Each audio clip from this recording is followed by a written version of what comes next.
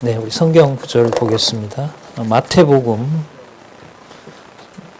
1장 20절입니다.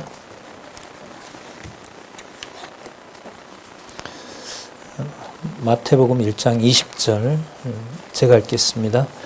이 일을 생각할 때에 주의 사자가 현몽하여 가로되 다윗의 자손 요셉아 내 아내 마리아 데려오기를 무서워 말라. 저에게 잉태된 자는 성령으로 된 것이라.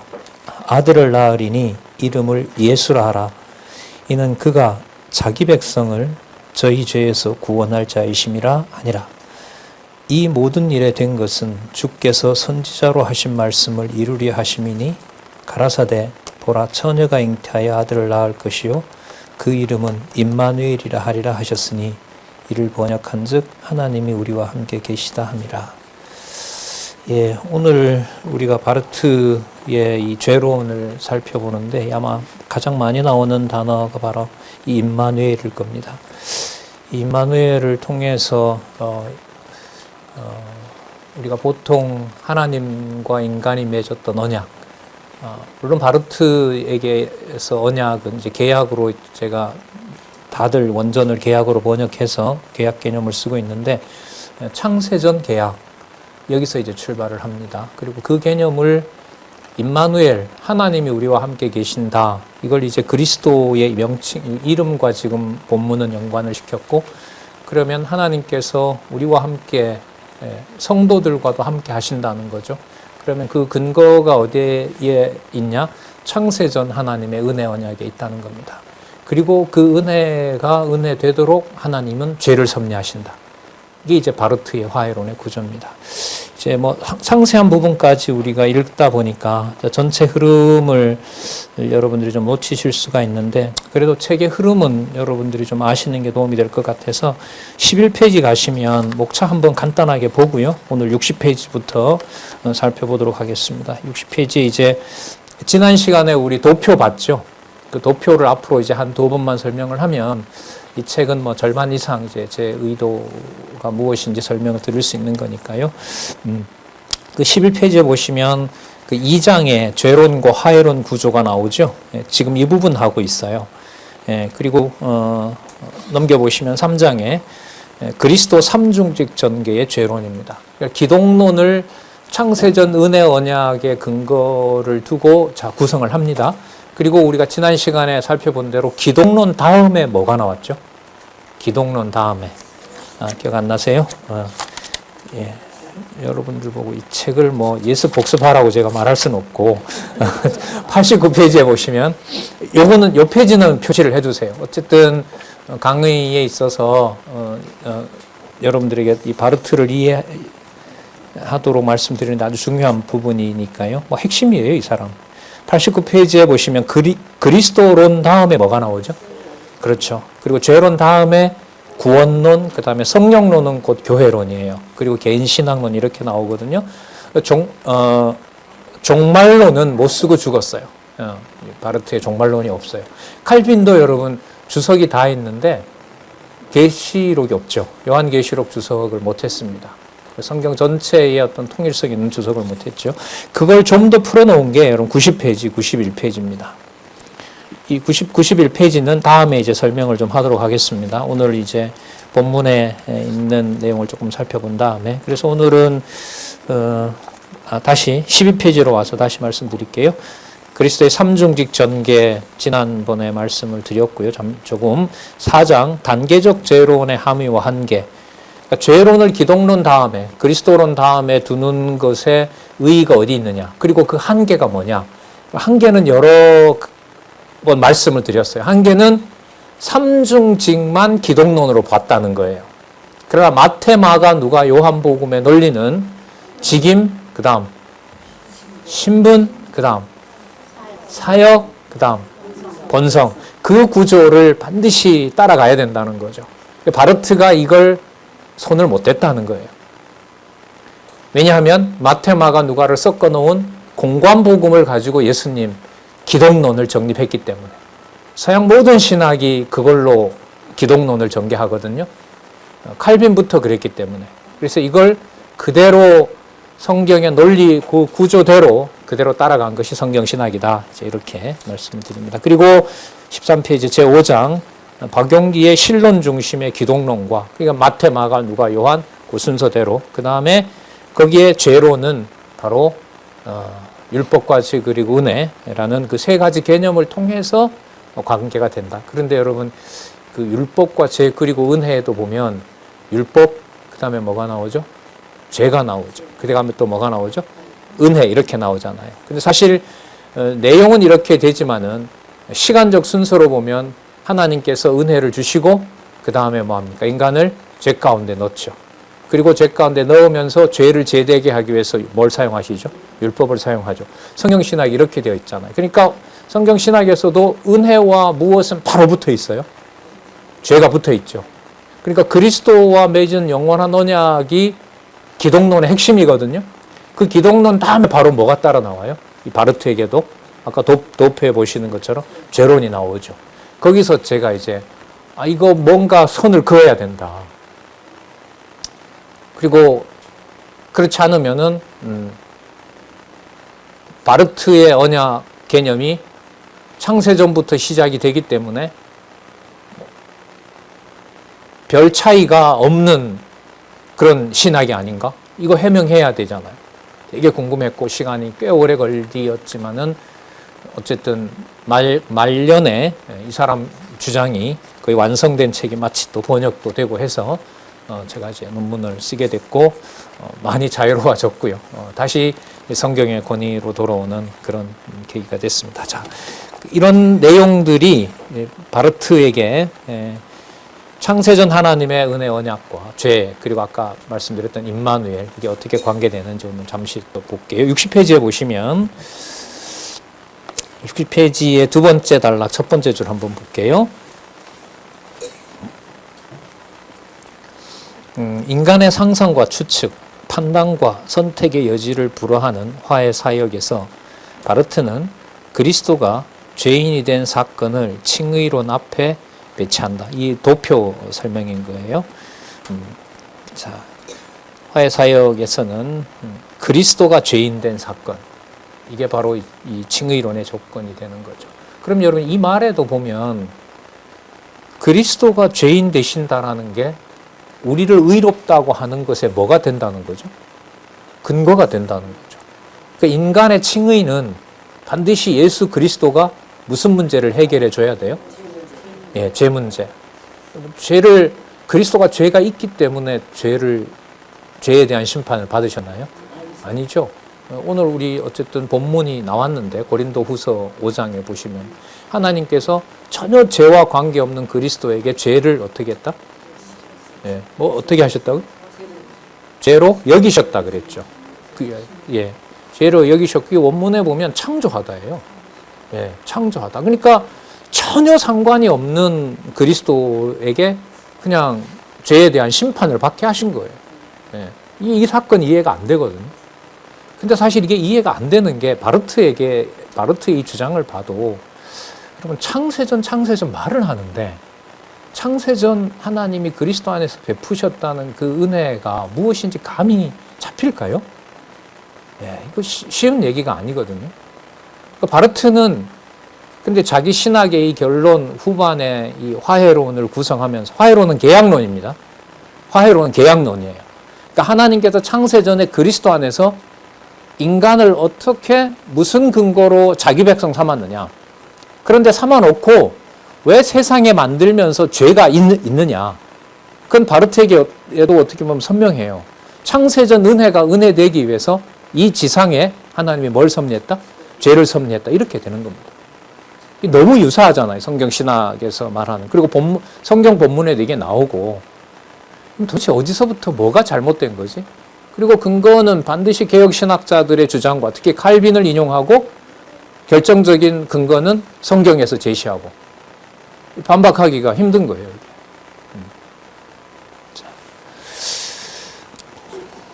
이 문제를 이제 해결을 해 가야 되는 겁니다.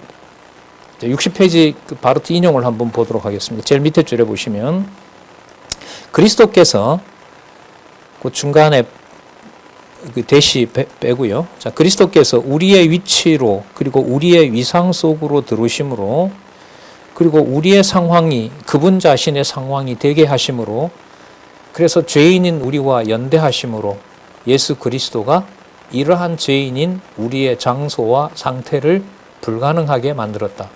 번역이어서 그런데 그리스도가 죄인이 되셨기 때문에 우리가 어디에 있든 어떤 상태가 되든 정죄 받는다 안 받는다?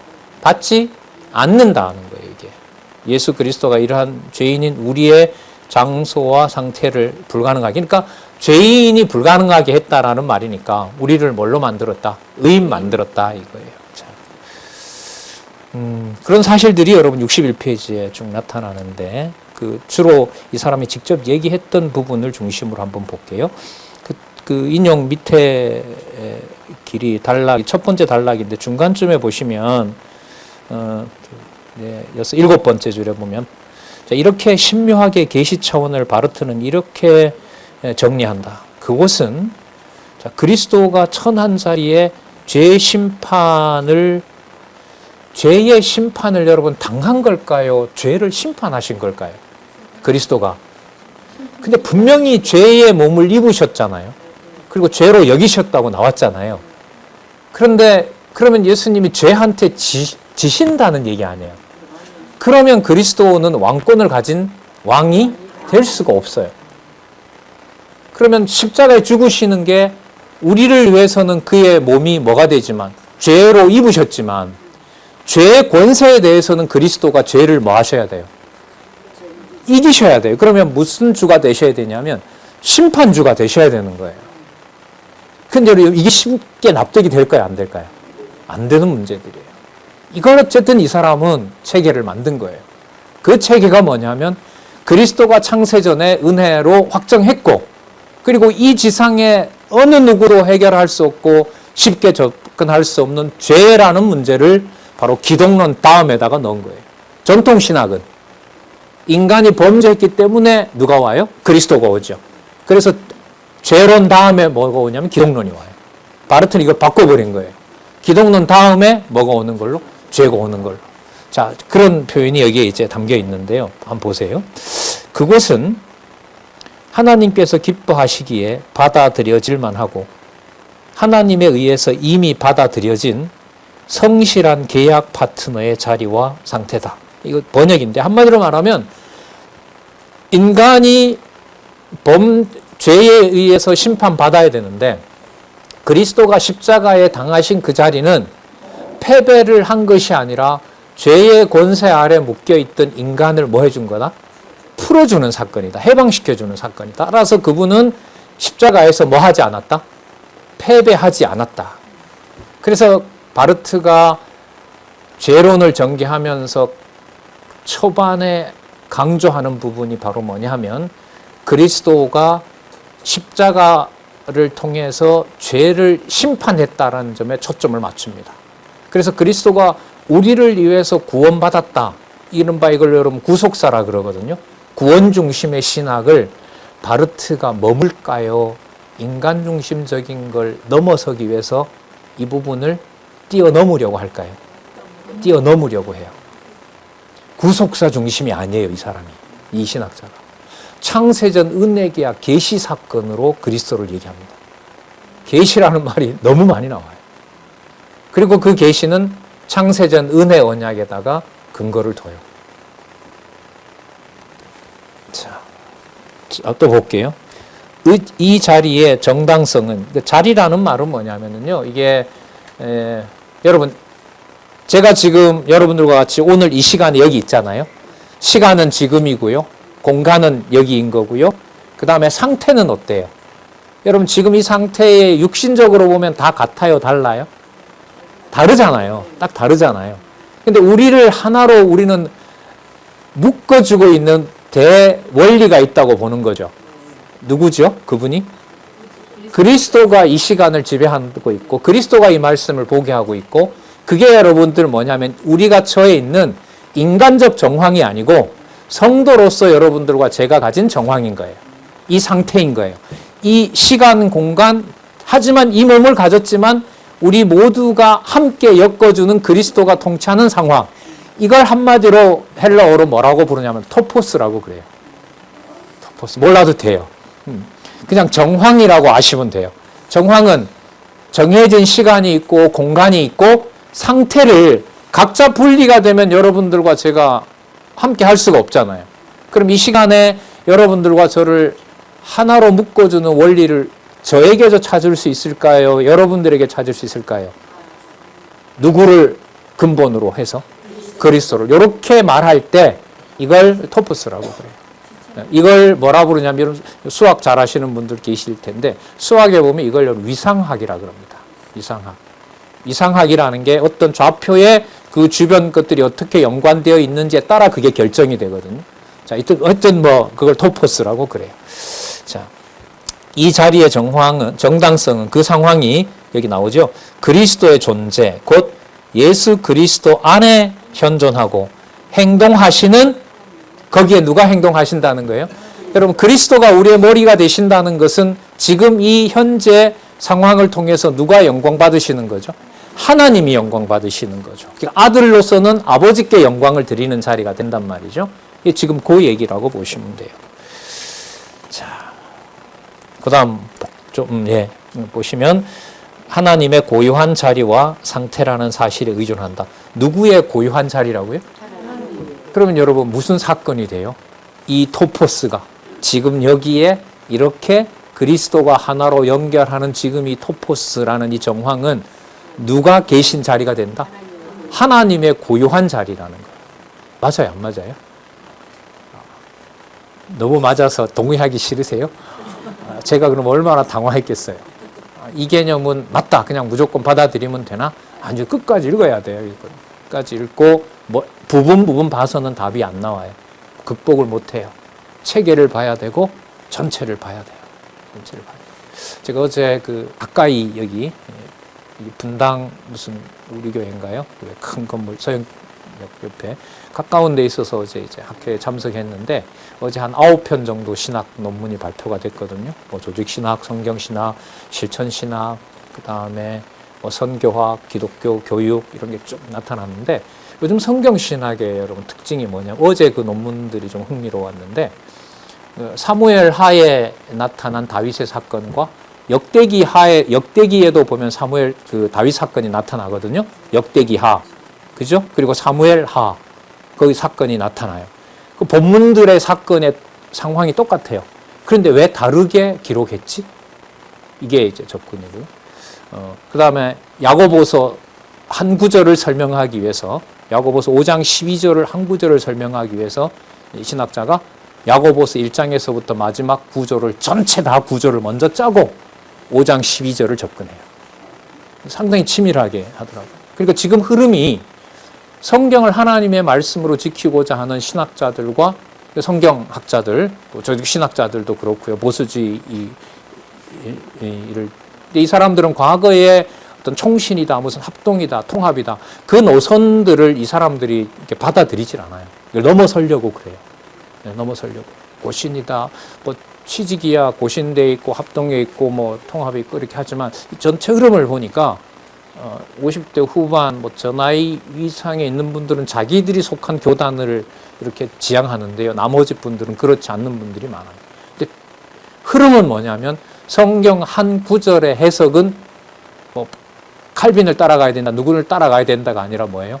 성경 전체 문맥에서 그 구절을 어떻게 봐야 되느냐 이렇게 봐요. 그러면 본문의 창세전이 나온다고 하면 그걸 무시를 할까요? 거기서부터 설명을 해갈까요? 후자에 설명을 해. 그러면 부분에 들어가서 바르트가 바른 말을 한다고 해서 그게 창세전 언약을 얘기한다고 해서 다 같은 신학 체계가 될까요? 안 될까요? 그건 안 돼요. 어떤 체계를 가지고 있냐? 그건 또 다른 문제가 되는 거예요. 그래서 여러분 성경 구조 얘기를 하는 겁니다.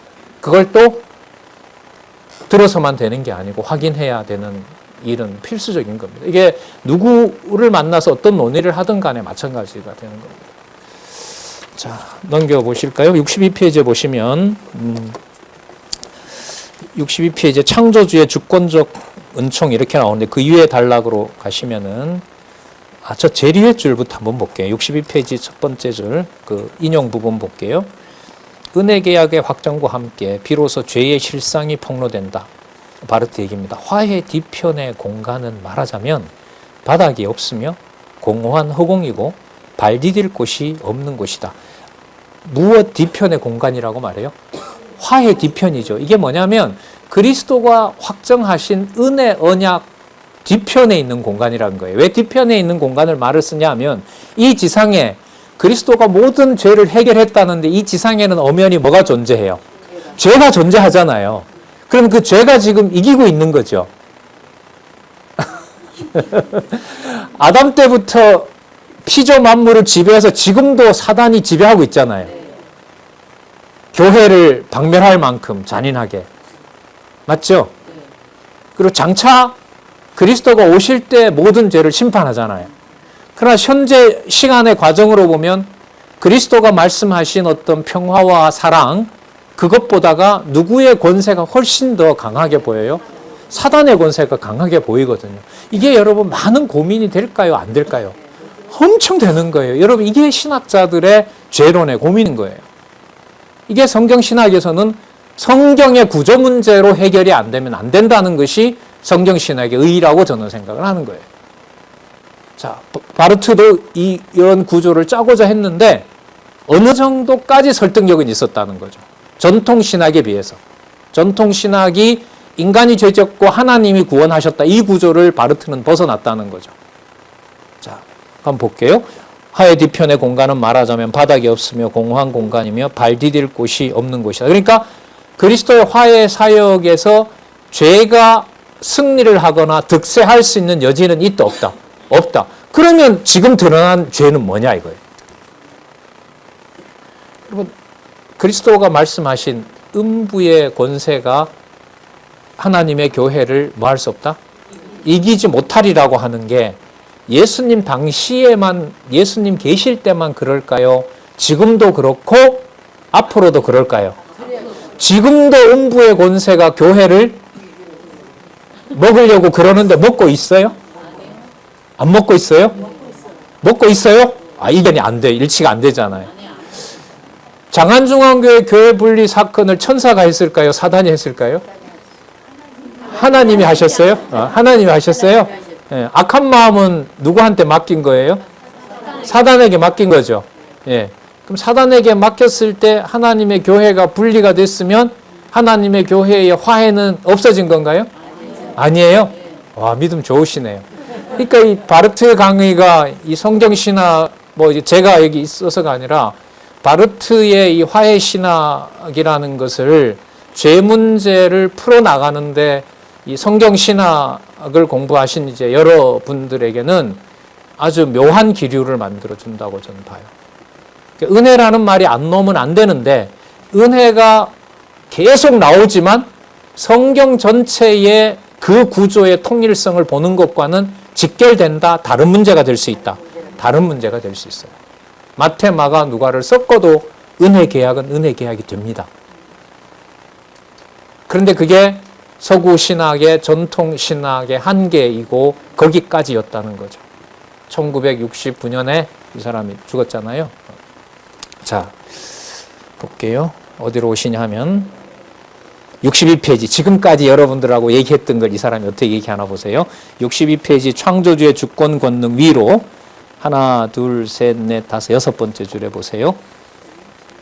죄는 분명 여전히 뭐 할 수 있지만 발생할 수 있지만 그러나 죄는 더 이상 자꾸 대시 빼고요.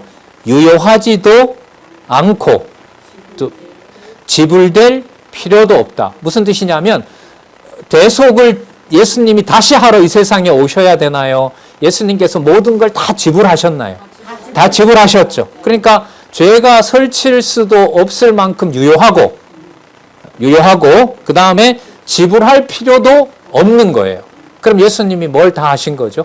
죄 문제를 다 해결하신 거죠. 그 속에 읽어볼까요? 정식 계산서옥은 대차 대조표의 계정으로. 그러니까 여러분 교통 오늘 아침에 급하게 오시다가 신호위반 하신 분 계실 수도 있잖아요.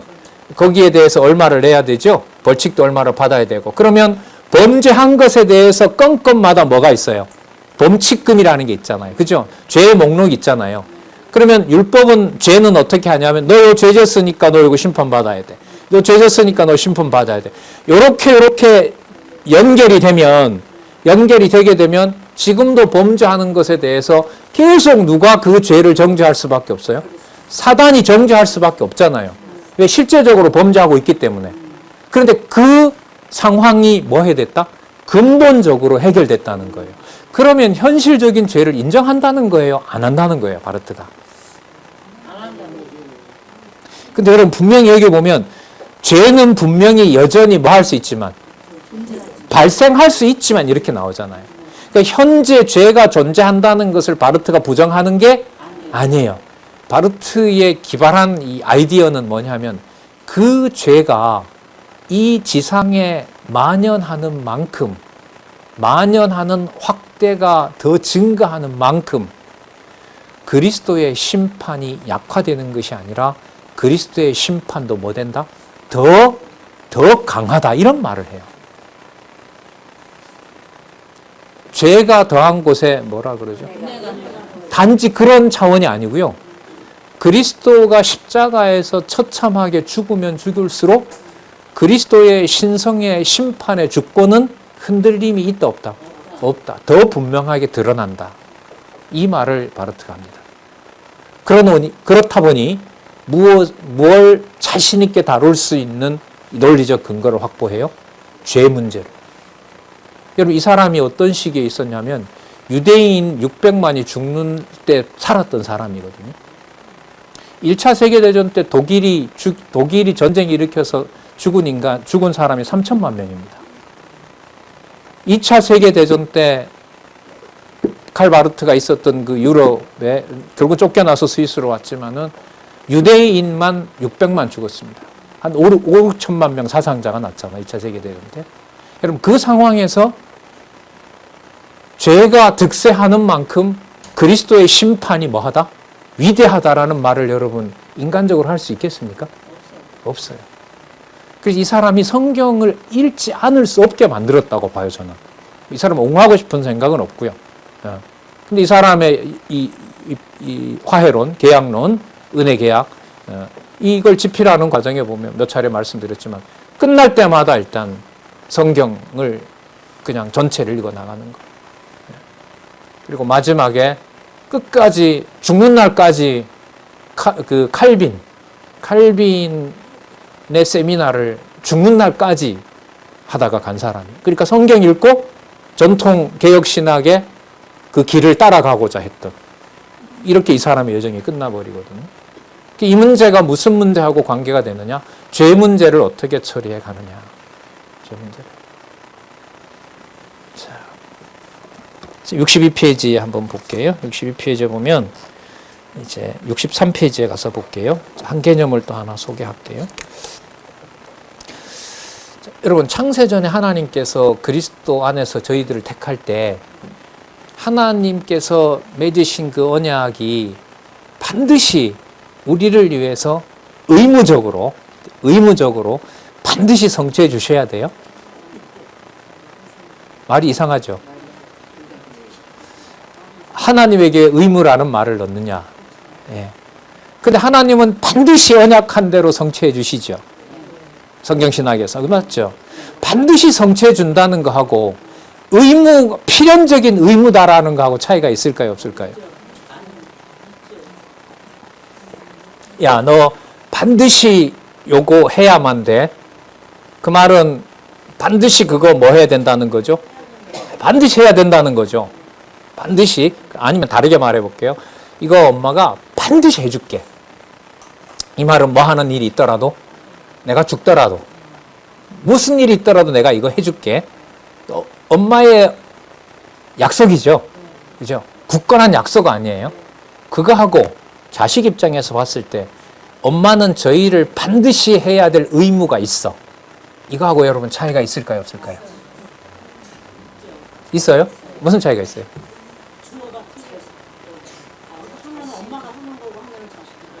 자식이 하는 건 없어요, 여기서. 엄마가 반드시 이걸 너에게 해줄게. 그럼 자식 입장에서는 뭘로 받아요? 약속으로 받잖아요. 이걸 엄마가 반드시 해줄 거야. 그런데 그 자식이 받아들이는 것은 이건 나에게 엄마가 무조건적으로 해준다고 했지만 반드시 나에게 해야 될 의무가 있어. 그치 하잖아 또 봐요.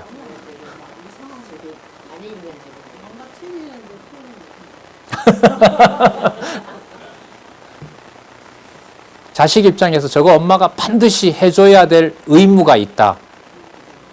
없어요? 자기 욕구예요. 자기 욕구다라는 말은 자기가 엄마가 어떤 약속을 했으니까 반드시 해준다고 했으니까 따질 때 나중에 일이 성사 안 됐어요? 그럼 엄마한테 어떻게 따져요? 해준다고 했잖아. 그건 당신 의무 아니야. 이 말 아니에요. 그쵸? 그러면 의무가 맞네요.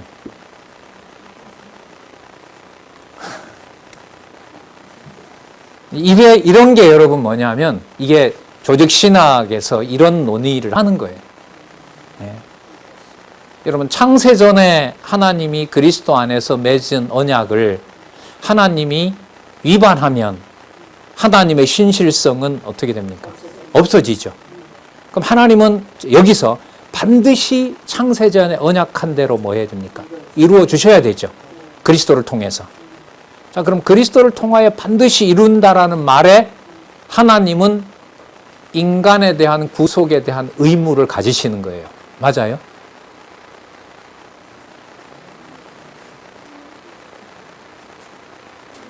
이게 그러니까 아다르고 어다른 거예요. 의무는 인간적인 거야라고 하는데 의무를 아까 우리 엄마가 안 했을 때 자녀가 따지잖아요. 근데 그런 개념으로밖에 우리는 의무를 생각 못 해요. 해준다고 했으니까 반드시 뭐 한다? 해줘야 되지 않느냐. 그걸 여러분 뭐라 그래요? 의무라 그래요. 우리가 쓰는 용어에서. 근데 이걸 누구에게? 하나님에게 그대로 적용할 수 있냐는 거예요. 없어요? 좋습니다. 왜 없을까요? 하나님이니까. 절대자기 때문에.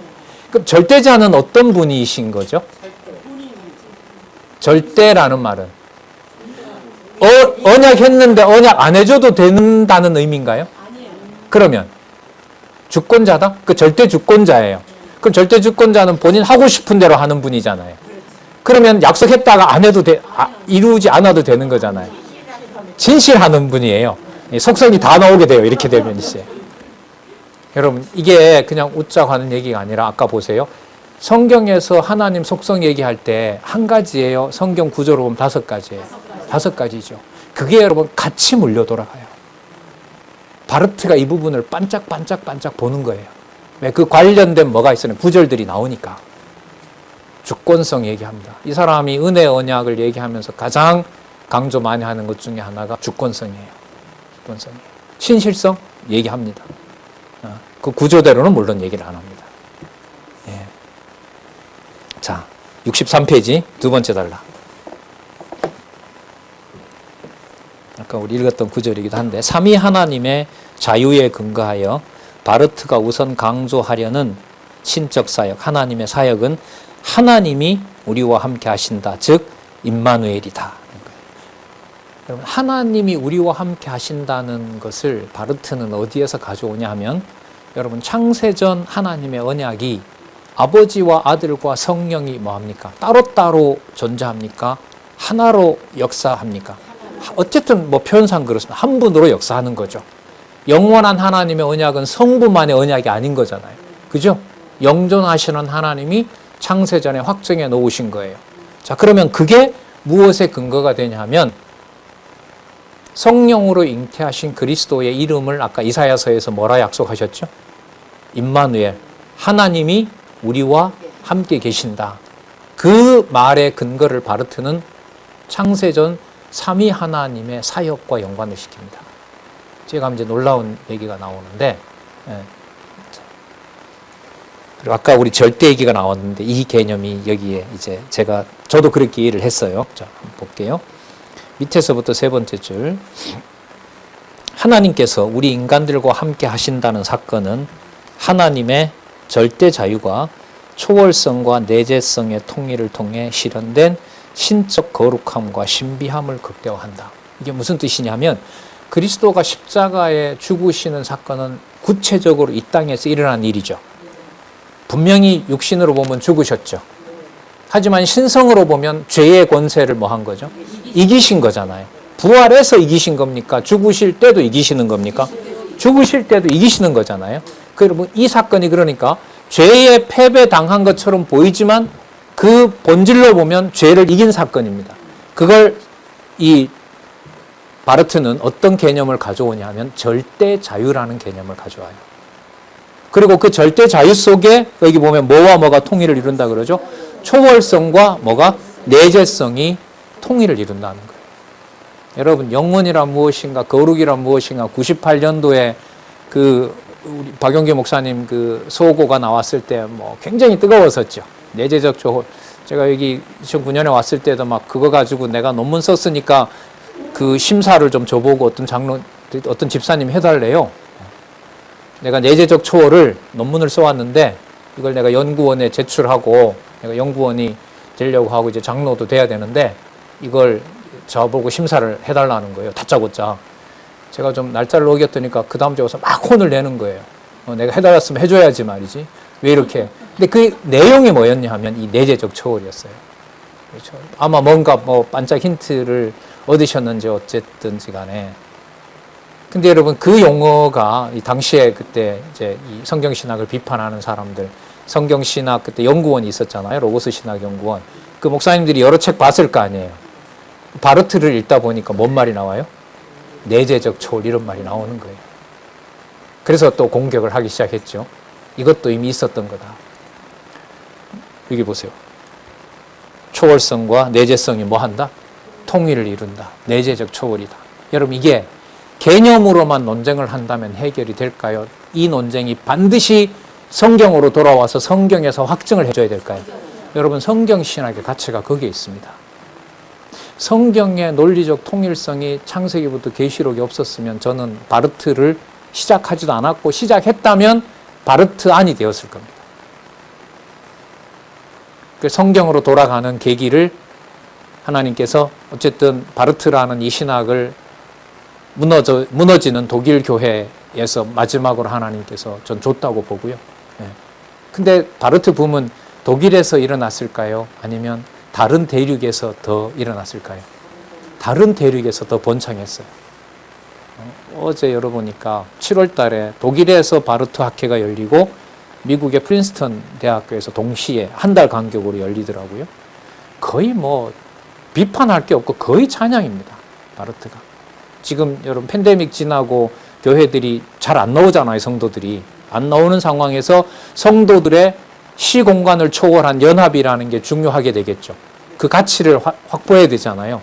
그거 할 때 칼 바르트의 창세전 영원한 언약이라는 게 영향을 줄까요? 안 줄까요? 주죠. 줍니다.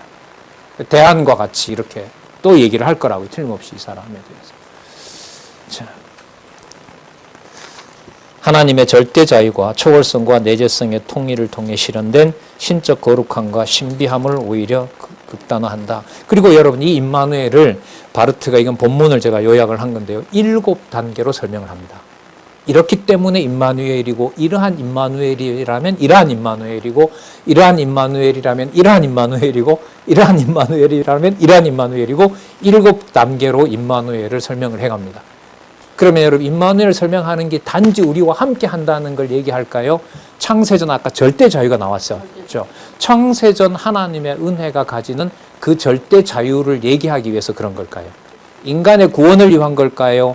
그리스도 안에서 나타난 계시를 말하기 위해서 그런 걸까요? 계시를 말하기 위한 거예요. 자, 그 문장 하나씩만 볼게요. 자, 64페이지 첫 번째 줄. 우선 하나님께서는 자신의 역사와 인간의 역사를 공동의 역사로 일어나도록 하신다. 그러면 하나님께서 인간과 함께 공동의 일이 일어난다는 말은 하나님께서 창세전에 뭘 하셨기 때문에 그럴까요? 은혜 계약을 맺으셨기 때문에 그런다는 거예요. 자, 그 다음에 그래서 이때 공동의 역사가 하나님이 우리와 함께 하신다라는 사실을 강조하기 위한 그런 개념이라고 보시면 되고요. 인용들이 참 많은데 좀 지나가 보겠습니다. 자, 두 번째 단락 위에서부터 그 86이라고 적혀 있죠. 각주 86. 두 번째 단락 바로 위에 보면 자, 숫자 2 위에 86 들어가 있는 그 인용을 한번 읽어볼게요. 물론 바르트 말입니다. 하나님은 우리 없이 하나님이시기를 원치 않으시며 하나님은 오히려 자신의 비교할 수 없는 존재와 삶과 행동을, 사역을 우리와 함께 하시고자, 더 자세히 말해서 우리의 존재와 삶과 행동을 함께 공유하시고자 하신다. 맞아요? 아니에요? 아니에요? 네. 우리 존재와 상관이 없어요? 아까 여러분 절대 자유라는 말이 나왔었죠. 그러니까 바르트가 이 말을 자신 있게 하는 말은 뭐냐면 우리와 함께 한다고 해서 하나님의 절대 자유가 손상이 된다, 안 된다? 안 된다는 확신이 있는 거예요. 그러니까 이 정도까지 접근을 하고 죄 문제도 그리스도가 십자가에 처참하게 돌아가신다 하더라도 하나님의 절대 자유라는 속성은 훼손을 당한다, 안 당한다? 당하지 않는다는 거예요. 역사적으로 이걸 사람들은 어떻게 했냐면 이 정도 멘탈이니까 600만 죽을 때도 신이 존재한다고 믿었지, 이런 말을 해요. 그건 역사적 평가지만 조금은 의의가 있더라고요. 다른 신학자들과 똑같이 유대인들과 같이 그 현장에서 뭐라고 말하는 게 상식이죠? 600만이 죽고, 예, 죽고, 제가 지금 뭐 책 보다가 이제 신정론 그때 하면서 했는데 그 수기가 있어요. 오늘 아침 2,000명 유대인이 죽었고 죽을 때 벗어놓은 옷을 오늘 정리했다. 그리고 죽고 난 다음에 그 시체를, 그 뼈골들을 다시 가서 묻었다. 그 책이 있거든요. 그 살아나온 사람이 죽는데. 여러분 그 현장에서 그런 일을 하고 와서 임마누엘 하나님 찬송합니다. 이게 가능해요? 역사적으로 보면 이 사람이 인간적으로 이런 정신적 상태를 유지하려고 하면 멍하니 있을 수는 없잖아요. 그리고 아니면은 신이 뭐 하다고 끝내버리고 더 이상 존재하지 않는다고 끝내고 그냥 무신론자가 되는 게 뭐 어떻게 보면 정상적인 상황이겠죠. 그 당시로 보면. 그런데 이 상황에서도 누가 반드시 존재한다? 신이라는 존재가 반드시 존재한다라는 개념이 여러분 아까 그 절대 자유 있죠. 절대 자유라는 개념을 뭐 다른 이론은 없잖아요. 성경에서 확보하려고 어쨌든 몸부림을 친 거고 무지하게 성경을 읽고 쫓겨나면서도 주석하라고 하면서도 강단에서 쫓겨나고 그래서 이제 이 보수주의 신학자들 같은 경우에 바르트를 말씀 중심의 신학자라는 그 타이틀을 달아주는 겁니다. 예. 마찬가지겠죠. 우리나라 6.25 동란 때 그 정황을 보면서 신의 존재를 인정하고 유지하기는 사실 힘들 거거든요. 자, 그 다음 볼까요? 2번 볼게요. 그 두 번째 단락, 첫 번째. 이 다음에 하나님과 인간의 공동 역사는 여기 나오죠. 창세전 영원한 사역에 기초를 둔다. 그러니까 성취로 보면 하나님이 인간과 함께 아담을 만들자 말자 뭘 주세요? 3대 언약 주시잖아요. 3대 언약 주시기 전에 26절에 보면 무슨 말씀 나오죠? 창세 전에, 만들기 전에 우리가 우리의 형상을 따라 사람을 만들고 그로 하여금 만물을 다 다스리게 하자 하시고 뭐 하세요? 아담을 만드셔서 복을 주시잖아요. 그러니까 언약하신 대로 아담에게 뭘 주신 거예요? 복을 주신 거잖아요. 그러면 이제 여기 있는 대로 하나님과 인간의 공동 역사는, 그러니까 하나님이 함께, 공동 역사는 임마누엘 하나님을 강조하기 위한 표현이라고 보면 돼요. 함께 한다, 이런 의미로. 자, 창세전 영원한 사역에 기초를 둔다. 자, 고단 보세요. 하나님의 영원 속에 있는, 그리고 세상의 시간 속에 있는 아버지와 아들과 성령으로 계시는 하나님 자신 안에 있는, 여러분 뭐죠? 삼위 하나님에 대한 영원한 언약을 바르트가 얘기하죠. 그러니까 창세전 하나님의 언약은 여기 표현에 있는 대로 누구와 누가 계시된 거죠? 아버지와 아들과 성령으로 계시는 하나님의 자기 계신 거예요. 무슨 사건이? 은혜 언약이. 이건 성경적이거든요. 그리고 인간과 자신의 모든 피조물에 대한 관계 속에 있는 하나님 자신의 모든 존재와 삶은 초월과 내재를 동시에 가능하게 하는 누구의 행동이며? 하나님의 행동이며 행위이며 행동이다. 뭐 이거는 좀 의미가 구체적인 행동도 그렇고 인간의 사고나 이런 것들을 전체로 또 표현하고 그렇게 중요한 건 아닙니다. 65페이지 여러분 3 볼게요. 계속 임마누엘을 설명해요. 3 다음에 보세요. 임마누엘 사건의 관점에서 보면 인류 역사는 곧 인류의 구원사다. 창세전에 아까 삼위 하나님이 약속하신 대로, 자, 바르트는 구원사를 계약과 성취 섭리가 지배하며 하나님 아버지와 예수 그리스도의 영원한 사역의 역사적 증거로 본다. 왜냐하면 이 사람 얘기입니다. 구원은 존재 그 이상이고, 구원은 성취, 심지어 최고로 만족할 만한 영원한, 그리고 비교될 수 없는 존재의 성취이기 때문이다. 여러분, 아까 구원은 존재 이상이라는 말은 구원이라는 그 자체가 목적이라는 걸까요? 그걸 넘어서는 신의 목적이 있다는 걸까요? 신의 목적이 있다는. 그럼 누구 목적이 이루어진 거죠? 구원 역사가? 창세전에 언약한 대로 인간들을 세상에서 만들어 놓으시고 하나님이 구원하셨어요? 그거는 인간들의 구원을 위한다는 걸까요? 하나님의 아까 아버지와 아들과 성령의 목적을 이룬 일이 될까요? 그래서 이 사람이 구원, 인간 중심의 구원, 구속사를 넘어서는 사람이에요. 우리가 보통 전통 신학을 묶을 때 성경 신학에서 어떻게 뭐라는 개념으로 우리가 보통 묶죠? 구속사 중심 이렇게 묶잖아요. 이 사람은 안 묶여요. 여기 이 사람 얘기한 거 여기 나오잖아요. 자, 65페이지 세 번째 단락 끝에 단락 볼게요. 그런데 바르트는 하나님의 공동 존재인 피조물 구원사가 하나님의 자유의 근거함을 강조하면서 구속사를 인간 중심의 역사로 보는 시각을 차단합니다. 하나님은 인간에게 창세 전부터 구원 약속을 할 어떤 의무도 없는 뭐가 있다? 절대 자유가 있다는 거예요. 그러니까 이런 거죠. 창세 전에 아버지와 아들 성령 안에서 확정한 은혜는 반드시 이루어요. 반드시 이룬다고 해서 그게 하나님의 의무가 되어서는 안 돼요. 의무가 되어서는 안 되기 때문에 그걸 뭐라고 하냐면 절대 자유라고 얘기를 해요. 그래서 절대 자유는 신의 속성을 거론하던 구속사 중심의 자유 개념보다 더 강한 개념을 바르트가 얘기를 해요. 그러니까 인간의 구원을 위해서 하나님이 자유로우니까 나도 자유롭다 이런 등식이 아니에요. 이 사람은. 진짜 이 자유는 신이 가지고 있는 절대적인 자유인 거예요. 그럼 여러분 이 절대 자유의 이해는 제가 볼 때 어떤 자극을 주냐 하면은요. 하나님이 언약한 대로 반드시 이루는데 우리가 납득하는 방식으로 언약을 성취합니까? 아니면 성경에 보면 우리가 납득할 수 없는 방법으로 언약을 성취합니까? 납득할 수 없는 방법으로 하죠.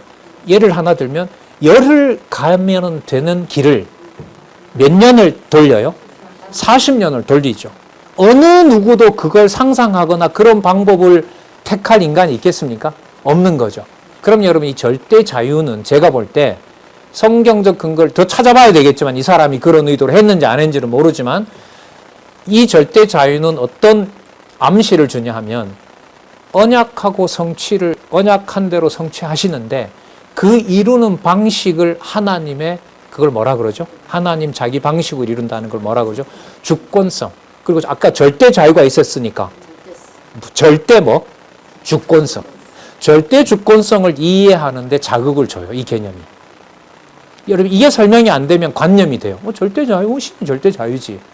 신의 자유, 절대 자유가 어쨌다는 거야. 성경에 뭐가 나오나 그런 게? 그런 게 어디 있어? 이렇게 물을 수 있거든요.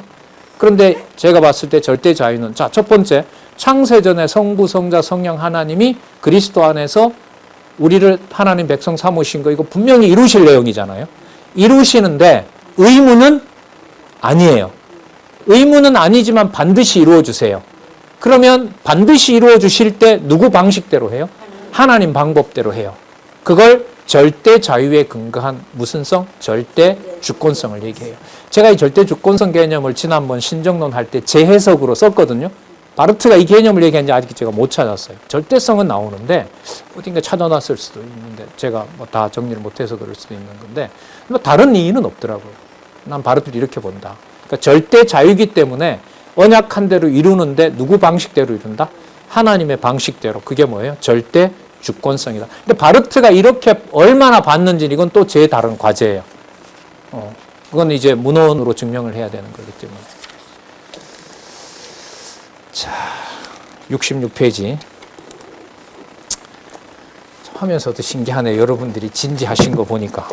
성경 얘기가 나오면 절대로 양보하지 않는 여러분들의 수업 태도가 저를 참 늘 긴장하게 만드시는데, 아까도 말씀드린 것처럼 이 사람이 왜 읽고 정리하고 다시 성경을 보고, 그리고 읽었던 그 성경을 다음에 구조를 그리스도 중심으로 만들 때 다시 반영하고, 아마 이거 아니었으면 이 사람도 당대에 히틀러를 메시아로 찬양했던 독일의 한 목사나 한 신학자로 아마 끝이 났겠죠.